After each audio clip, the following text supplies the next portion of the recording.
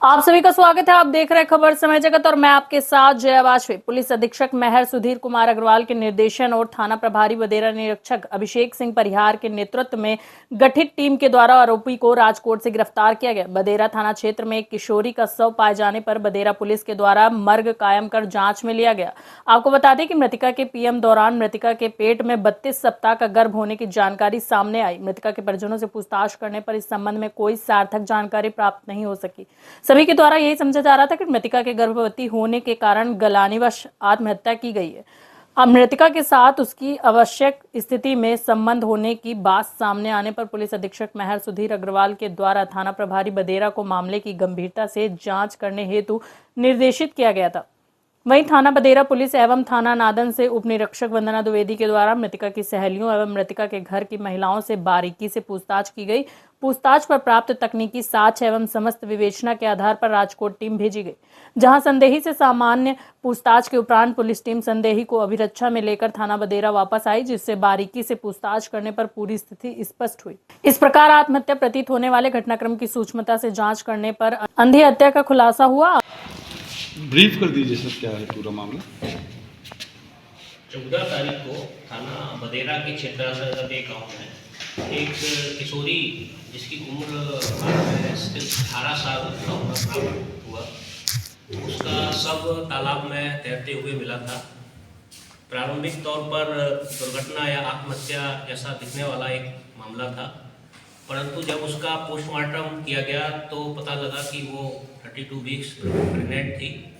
चूँकि लड़की की उम्र ठीक 18 वर्ष कुछ दिन ही थी, तो ये मामला बहुत गंभीर प्रकृति का प्रतीत हुआ और इसमें बहुत सावधानी पूर्वक जांच की आवश्यकता होने से इसके संबंध में थाना प्रभारी को पर्याप्त निर्देश दिए गए और इसमें गंभीरता से जांच की गई हर पहलू पर। चूँकि घर वालों को भी बहुत ज़्यादा जानकारी इसके बारे में नहीं होना बताया जा रहा था घर वालों के द्वारा भी, तो पृथक से महिला उप निरीक्षक को भेज के उसके द्वारा भी जो मृतिका जो किशोरी थी उसके मिलने जुलने वाले जो स्कूल की सहेलियाँ थी और उनसे भी काफ़ी बारीकी से पूछताछ की गई, उनसे जानकारियाँ इकट्ठी की गई। साइबर टेक्नोलॉजी का भी यूज किया गया, जो टेक्निकल साक्ष्य हैं वो भी इकट्ठे किए गए और उसके बेसिस पर संदेही व्यक्ति को चिन्हित करने का प्रयास किया गया।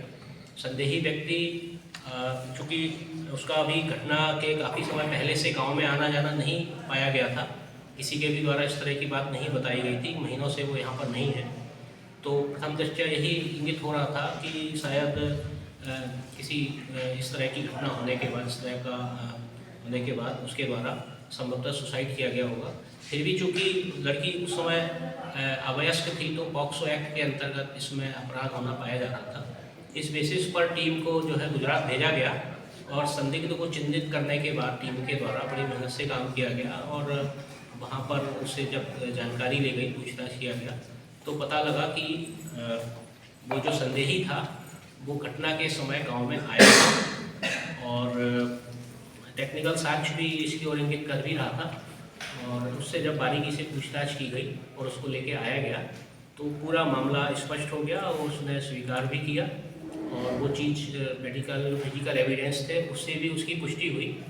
पूरा घटनाक्रम इस तरह से सामने आया कि जो संदेही था उसने किसी तरह से इस जो हमारी पीड़ित बच्ची है उसको बहला फुसलाकर उसके साथ जो है संबंध बनाए और जब वो प्रेग्नेंट हो गई तो उसके साथ उसने उसे इनकार कर दिया और वो असहाय हो गई।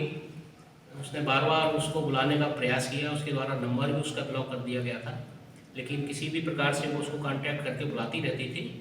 एक बार ये वहाँ पर भी गुजरात में अपने साथियों को कुछ भी बताए बिना गुपचुप रूप से यहाँ आया। यहाँ गांव में भी उसने अपनी पहचान उजागर नहीं होने दी, जिससे किसी को पता लगे कि वो यहाँ पे आया था। गांव के बाहर उसने पीड़ित किशोरी को बुलाया और वहाँ पर जो तालाब था, पानी भरा हुआ था, वहाँ पर उसने उसको डुबो दिया। डुबोने के बाद भी ये लड़की ने हिम्मत नहीं हारी और एक बार फिर इसको पकड़ के समझाने की कोशिश की। उस छीना झपटी में कुछ भौतिक साक्ष्य जो उसकी शर्ट के बटन वगैरह भी मौके पर मिले हुए थे पुलिस को, उसके जो बाद में बरामद जो आरोपी से शर्ट हुई है उससे भी उसकी मैचिंग कराई जाएगी। प्रथम दृष्टया में छोटे प्रतीत हो रहे हैं तो उसके बाद उसने दोबारा उसको डुबो दिया, चूँकि लड़की जैकेट पहनी हुई थी, कपड़े सर्दियों के समय के भारी रहते हैं, तो और उसकी अवस्था भी असहायक वाली स्थिति थी, तो उसमें वो डूबकर उसकी मृत्यु हो गई। और इसके बाद जो आरोपी है वो चुपचाप से ही वापस भाग के अपने कर्तव्य स्थल पर गुजरात में पहुंच गया। इस तरह से ये बड़ी दुखद टाइप की घटना घटित हुई है, जिसमें उसके द्वारा उसकी हत्या करना स्पष्ट हुआ है। तो आरोपी के ऊपर हत्या और 376 पॉक्सो एक्ट, IPC 376 और पॉक्सो एक्ट की विभिन्न धाराओं में प्रकरण पंजीबद्ध करके उसको गिरफ्तार किया गया है। और इसमें इस तरह से एक पूरे मामले का करीब 7 पर्दाफाश किया गया है।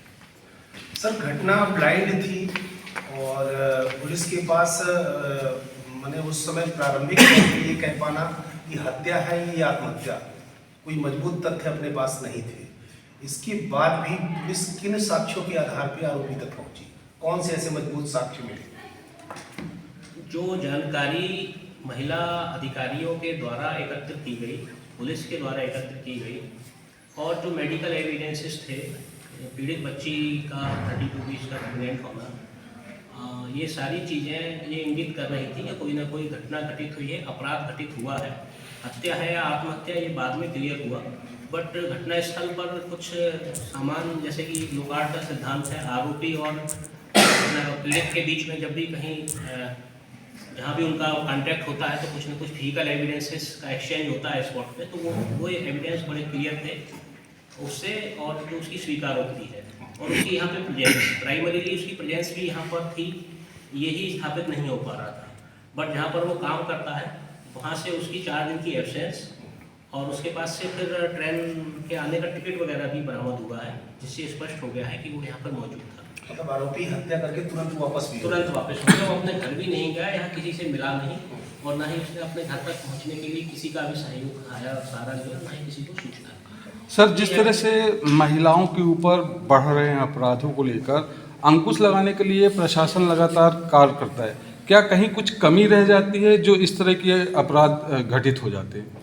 निश्चित रूप से आपका कहना सही है। ये एक जनजागृति और अवेयरनेस फैलाने की बहुत ज़्यादा ज़रूरत है।